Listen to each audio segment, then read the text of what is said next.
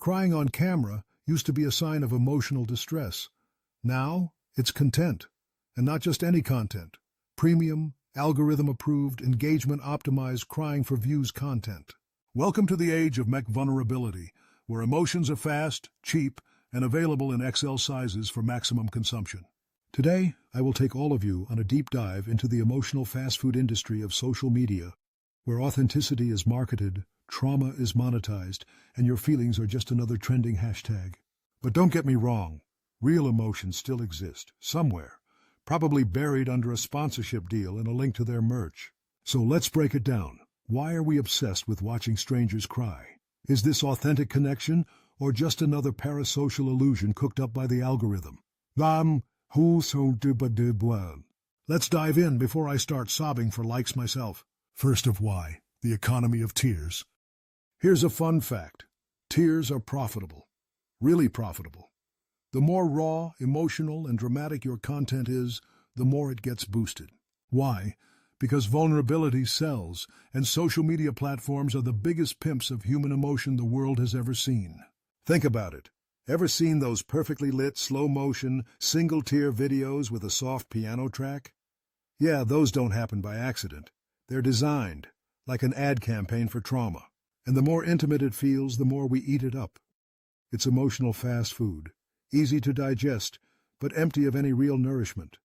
A McVulnerability meal, supersized for engagement. So here's the million-dollar question. When does vulnerability become a performance? When does sharing turn into performing? There's a fine line between authentic self-expression and calculated spectacle, and in the age of social media, that line is blurrier than your ex's moral compass.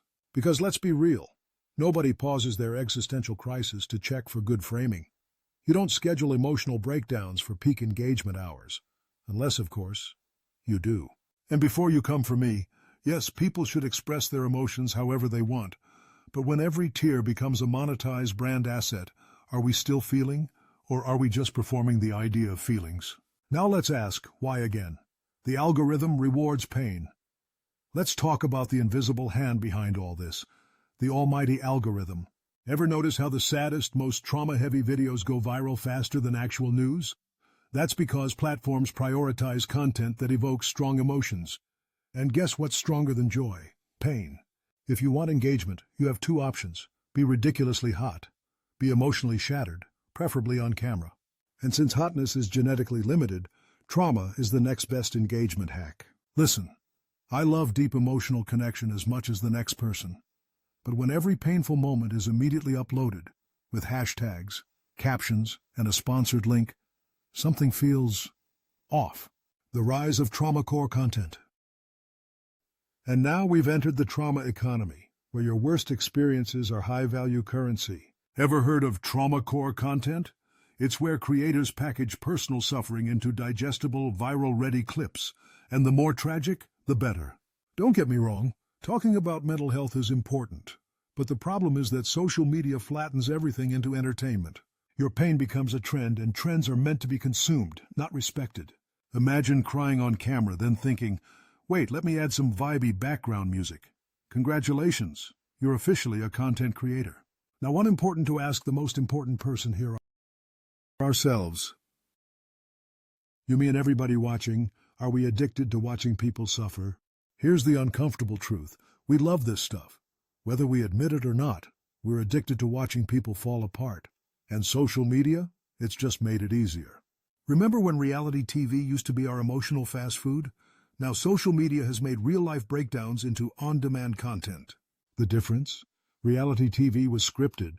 This is real people, and we're consuming their suffering like it's entertainment. The way out, if there is one. So how do we escape this emotional black hole? 1. Recognize the pattern. If you're watching someone cry online and your first thought is, this feels staged, it probably is. 2. Ask yourself, am I watching or consuming? If you see someone in pain, do you engage meaningfully or just mindlessly scroll? 3. Stop feeding the algorithm. If fake vulnerability stops getting rewarded, it stops being profitable. And finally, real emotions don't need an audience. If you're hurting, talk to someone who doesn't need a like button to listen. My final thoughts to you. The cost of fake authenticity. In a world where everyone is performing vulnerability, how do you tell what's real? Or worse, do we even care anymore? Drop a comment or don't. Just don't cry on camera about it. Like, subscribe, and question everything.